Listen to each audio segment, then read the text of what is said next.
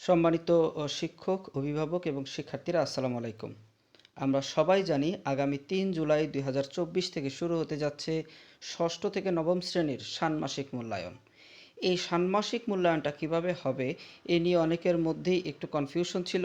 সেই কনফিউশন দূর করার জন্যই শিক্ষা মন্ত্রণালয় থেকে প্রকাশ করা হয়েছে সাধারণ নির্দেশনা। তো আমরা সাধারণ নির্দেশনায় কী আছে বা কিভাবে আমাদের ষান্মাসিক মূল্যায়ন কার্যক্রমটা কিভাবে পরিচালিত হবে সেই বিষয়ে কি বলা আছে সেটা আমরা এখন বিস্তারিত জানব।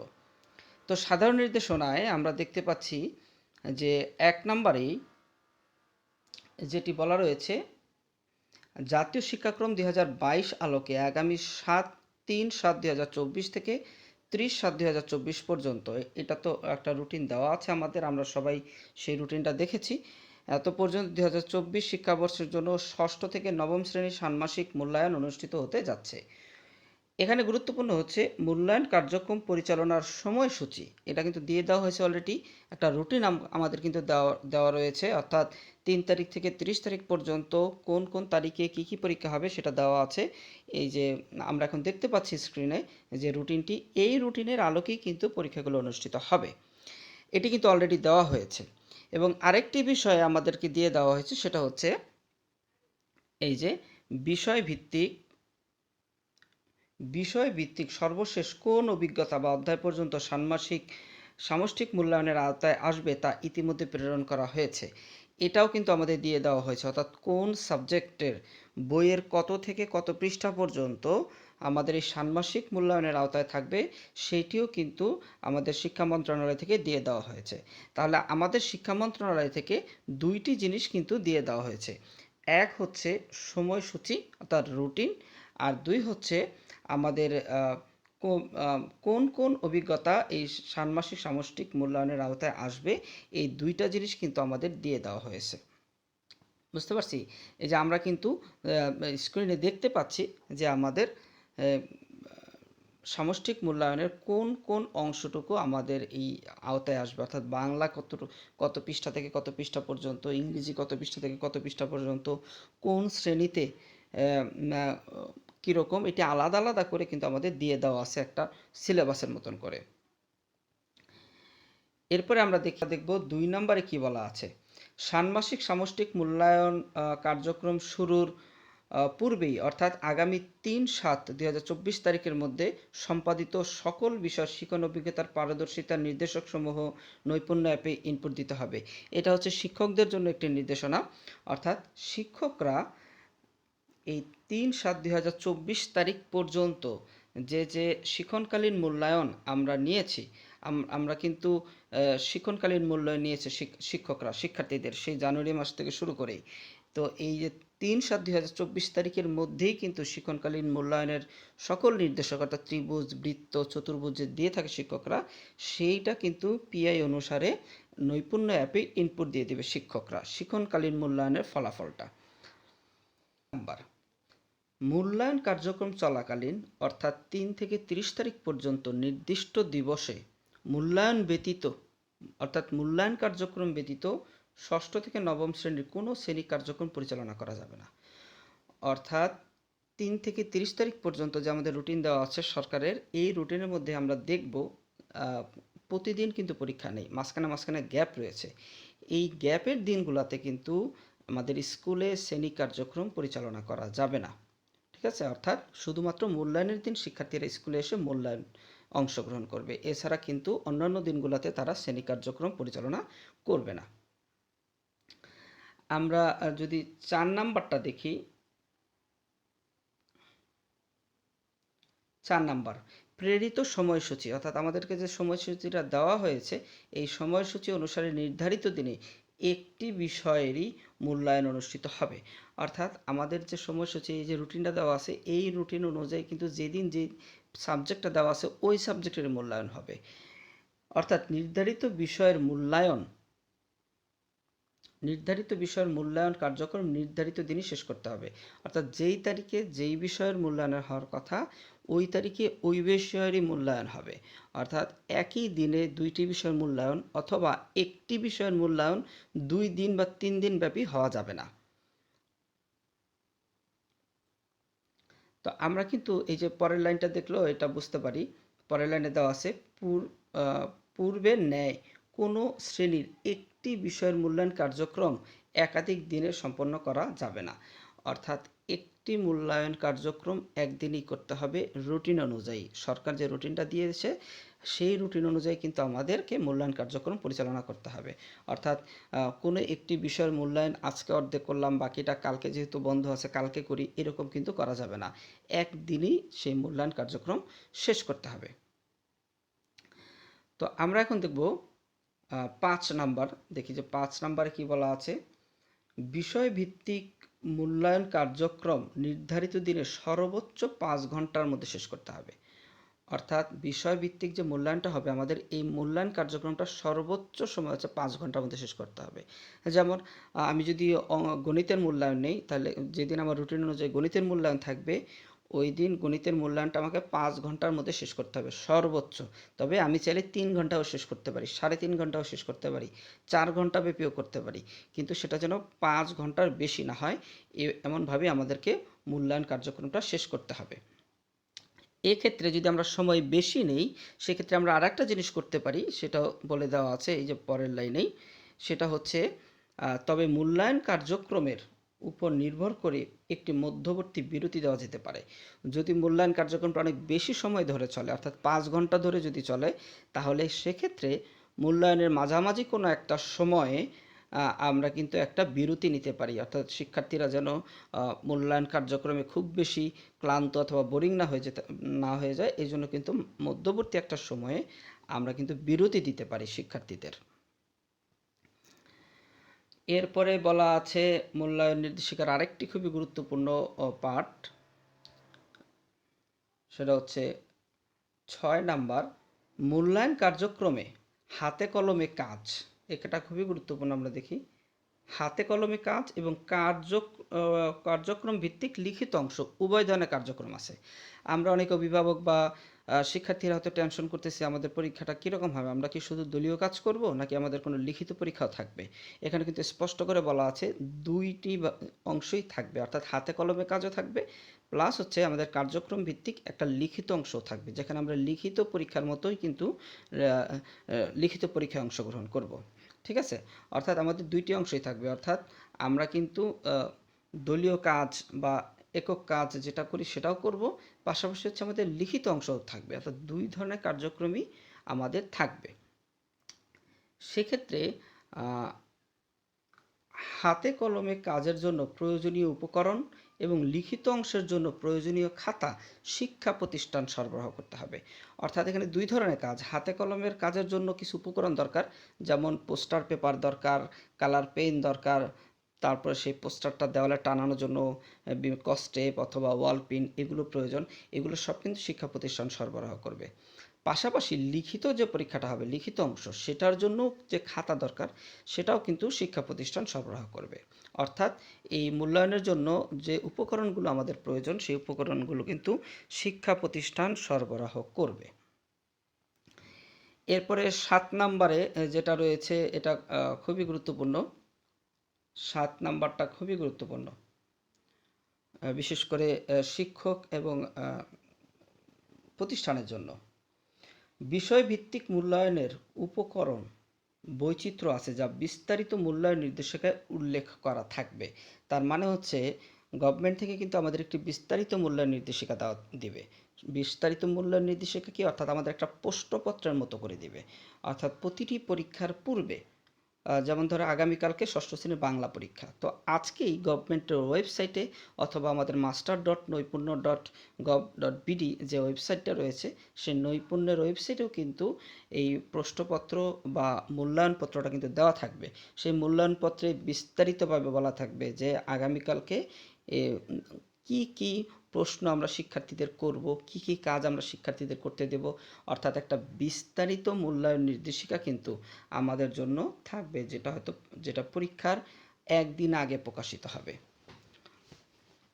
এবং মূল্যায়ন নির্দেশিকা পরীক্ষার কয়েকদিন আগে হবে এবং মূল্যায়নপত্র প্রতি পরীক্ষার আগের দিন সেটা প্রকাশিত করা হবে।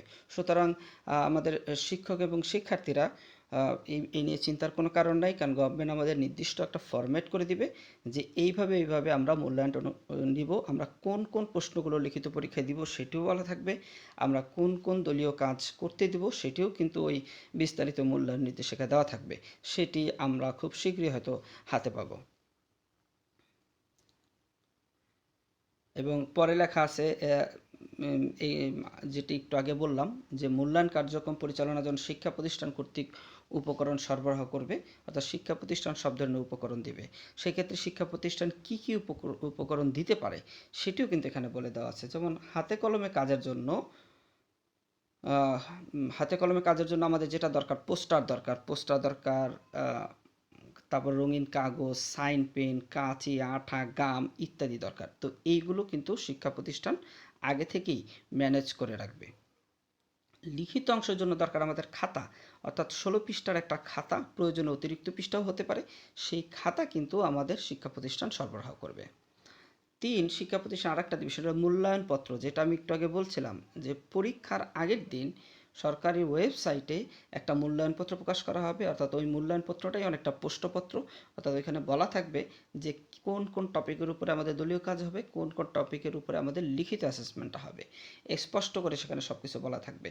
তো সেই মূল্যায়নপত্রটাও কিন্তু ফটোকপি করে প্রত্যেকটা শিক্ষার্থীকে দিয়ে দিতে হবে ওই যেদিন মূল্যায়ন সেই দিন, অর্থাৎ প্রশ্নপত্রটা ফটোকপি করে প্রত্যেক শিক্ষার্থীকে সরবরাহ করতে হবে, এটাও প্রতিষ্ঠান করবে। তাহলে শিক্ষা প্রতিষ্ঠান মূলত তিনটা জিনিস, উপকরণ, 3 ধরনের উপকরণ তারা প্রস্তুত করে রাখবে। এক, সেটা হচ্ছে হাতে কলমে কাজের জন্য পোস্টার, কাঁচি, আঠা, গাম যা লাগবে সেগুলো, লিখিত অংশের জন্য পর্যাপ্ত খাতা এবং মূল্যায়নপত্র ফটোকপি করে শিক্ষার্থীদের সরবরাহ করবে। এটা হচ্ছে শিক্ষা প্রতিষ্ঠান কি কি উপকরণ সরবরাহ করবে সেটির একটি তালিকা।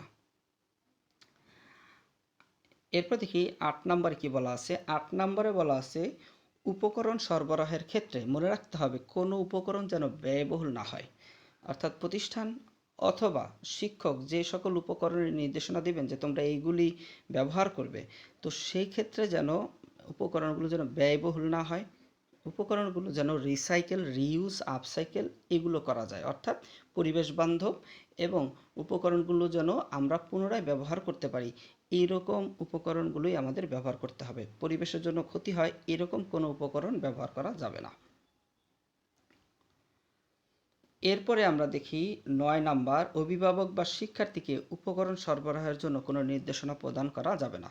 অর্থাৎ অভিভাবক বা শিক্ষার্থীদেরকে আমরা বলতে পারবো না যে আগামীকালকে পরীক্ষার জন্য বা মূল্যায়নের জন্য তোমরা বাসা থেকে পোস্টার পেপার নিয়ে আসবে, বাসা থেকে কলম নিয়ে আসবে, কালার পেন নিয়ে আসবে, বাসা থেকে এই উপকরণ তোমরা নিয়ে আসবে, এভাবে কিন্তু বলতে পারবো না।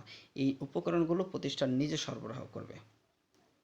10 নম্বরে বলা আছে মূল্যায়ন কার্যক্রম পরিচালনার জন্য শিক্ষার্থীদের অভিভাবকের নিকট থেকে সীমিত পরিমাণে মূল্যায়ন কার্যক্রম পরিচালনা ফি নেওয়া যেতে পারে।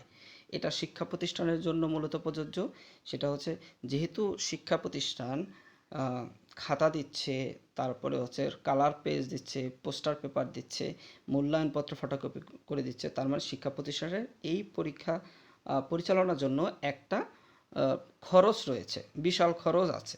এই খরচটা মেকআপ করার জন্য আমরা আগে যে পরীক্ষার ফি নিত শিক্ষা প্রতিষ্ঠানগুলো, সেই পরীক্ষার ফি এর আদলে একটা মূল্যায়ন কার্যক্রম পরিচালনা ফি শিক্ষা প্রতিষ্ঠান নিতে পারে, তবে সেটা অবশ্যই সীমিত পরিমাণে হতে হবে। অর্থাৎ শিক্ষা প্রতিষ্ঠান তার স্ট্যান্ডার্ড অনুযায়ী সীমিত পরিমাণে এই মূল্যায়ন কার্যক্রম পরিচালনা ফি নিবে বা নিতে পারে। এবার 11 নম্বর দেখি মূল্যায়ন কার্যক্রম পরিচালনার জন্য মূল্যায়ন নির্দেশনা। আমি যেটা বলছিলাম যে একটা মূল্যায়ন নির্দেশনা কিন্তু আমাদের প্রতি পরীক্ষার আগের দিন দিবে, অর্থাৎ ওই পরীক্ষার কিভাবে আমরা পরিচালনা করব সেটার একটা স্পেসিফিক একদম নির্দিষ্ট করে মূল্যায়ন নির্দেশিকা কিন্তু আগে থেকে দিবে। তো এখানে এই কথাটাই বলা আছে যে মূল্যায়ন কার্যক্রম পরিচালনার জন্য মূল্যায়ন নির্দেশনা মূল্যায়ন কার্যক্রম শুরুর পূর্বের দিন নৈপুণ্য অ্যাপের প্রতিষ্ঠানের ড্যাশবোর্ড অর্থাৎ master.নৈপুণ্য.gov.bd এবং সংশ্লিষ্ট অধিদপ্তরের ওয়েবসাইটেও কিন্তু এটা পাওয়া যাবে। অর্থাৎ দুই জায়গায় জিনিসটা পাওয়া যাবে, একটা হচ্ছে master.নৈপুণ্য gov.bd অর্থাৎ প্রতিষ্ঠানের যে ড্যাশবোর্ড, আর একটা হচ্ছে যে আমাদের যে অধিদপ্তর, শিক্ষা অধিদপ্তর, সেটার ওয়েবসাইটও কিন্তু পাওয়া যাবে। বিষয়ভিত্তিক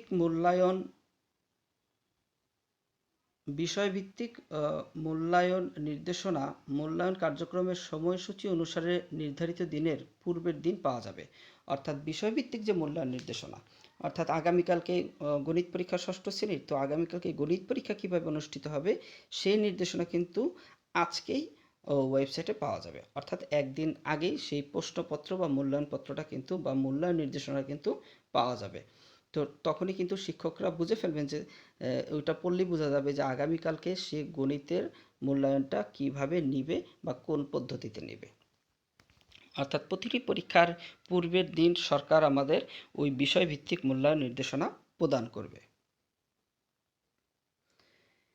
এরপরে রয়েছে 12 নম্বরে দেওয়া আছে মূল্যায়ন নির্দেশনায় শিক্ষকের জন্য করণীয়, শিক্ষার্থীর জন্য করণীয়, মূল্যায়ন পত্র, শিক্ষকের জন্য পর্যবেক্ষণ চেকলিস্ট, তারপরে মূল্যায়ন কার্যক্রম পরিচালনার জন্য বিষয়ভিত্তিক উপকরণের বিবরণ থাকবে। অর্থাৎ সরকার থেকে যে মূল্যায়ন নির্দেশনাটা দেওয়া হবে ওইখানে শিক্ষকের কী করণীয়, শিক্ষার্থীর কী করণীয়, মূল্যায়নপত্র অর্থাৎ প্রশ্নপত্রের আদলে একটা মূল্যায়নপত্র, শিক্ষকের জন্য পর্যবেক্ষণ চেকলিস্ট অর্থাৎ শিক্ষক কিভাবে পর্যবেক্ষণ করবে সেই কাজগুলো, এই জাতীয় বিস্তারিত মূল্যায়ন নির্দেশনায় দেওয়া থাকবে, যেটার আলোকে আমরা আসলে মূল্যায়ন কার্য অর্থাৎ শিক্ষকরা মূল্যায়ন কার্যক্রমগুলো পরিচালনা করবে। এবার হচ্ছে সর্বশেষ সেটা হলো 13 নম্বর, ষান্মাসিক সামষ্টিক মূল্যায়ন কার্যক্রম পরিচালনার শেষে শিক্ষার্থীর অর্জিত পারদর্শিতার রেকর্ডের ভিত্তিতে নৈপুণ্য অ্যাপে পারদর্শিতা নির্দেশক পিআই নির্দিষ্ট সময়ের মধ্যে ইনপুট দিতে হবে। অর্থাৎ আমরা যে ষান্মাসিক মূল্যায়নটা নিব সেই ষান্মাসিক মূল্যায়নের উপর ভিত্তি করে আমরা কিন্তু শিক্ষার্থীদেরকে বিভিন্ন নির্দেশক দেব, চতুর্ভুজ, ত্রিভুজ, বৃত্ত, এগুলো। তো সেই চতুর্ভুজ, ত্রিভুজ, বৃত্তগুলো এগুলো কিন্তু একটা নির্দিষ্ট সময় বলে দিবে। এই নির্দিষ্ট সময়ের মধ্যেই কিন্তু আমাদের মূল্যায়ন অ্যাপে সেটা আবার ইনপুট দিতে হবে। না হলে কিন্তু শিক্ষার্থীর এই মূল্যায়নটা ওয়েবসাইটে ইনপুট না দিলে কিন্তু এই মূল্যায়নটা বিবেচিত হবে না। তাই এটাও একটা গুরুত্বপূর্ণ বিষয়, আমাদের কিন্তু যথাসময়ে এই মূল্যায়নটা ইনপুট দিতে হবে। তো এই হচ্ছে আমাদের সরকার থেকে যে আমাদের নির্দেশনাটা দেওয়া হয়েছে সেই এই নির্দেশনাটা যদি সবাই একটু ভালো করে আমরা বুঝি তাহলে কিন্তু এই ষান্মাসিক সামষ্টিক মূল্যায়ন নিয়ে আমাদের যে কনফিউশন সেই কনফিউশনটা আর থাকে না। তার মানে এটা পরে আমরা কয়েকটা জিনিসটা আমি আরেকবার বলি। প্রথম কথা হচ্ছে বিষয়ভিত্তিক যে মূল্যায়ন নির্দেশনা এটা এখনও প্রকাশ করা হয়নি, এটা প্রকাশ করা হবে প্রতি পরীক্ষার আগের দিন। তারপর হচ্ছে আরেকটি বিস্তারিত মূল্যায়ন নির্দেশিকা আমাদের দেওয়া হবে, এটা হচ্ছে একটি সাধারণ নির্দেশনা, এখানে বলা আছে সাধারণ নির্দেশনা। আর মূল্যায়ন নির্দেশনা আরেকটি প্রকাশ করা হবে পরীক্ষার আগে, সেটি পড়লে আমরা আরও ক্লিয়ার হব। আর পরীক্ষা হবে 3 থেকে 30 তারিখ রুটিন অনুযায়ী, সেটার সিলেবাস অলরেডি দেওয়া হয়েছে। তারপরে উপকরণ সরবরাহ করবে প্রতিষ্ঠান। তারপরে রুটিন অনুযায়ী যে পরীক্ষাটা হবে, মাঝখানের বন্ধের দিনগুলোতে কোনো শ্রেণী কার্যক্রম চলবে না। এগুলোই হচ্ছে এই সাধারণ নির্দেশনার মূল কথা। তো আশা করি সবাই ক্লিয়ার হয়েছেন। ধন্যবাদ সবাইকে।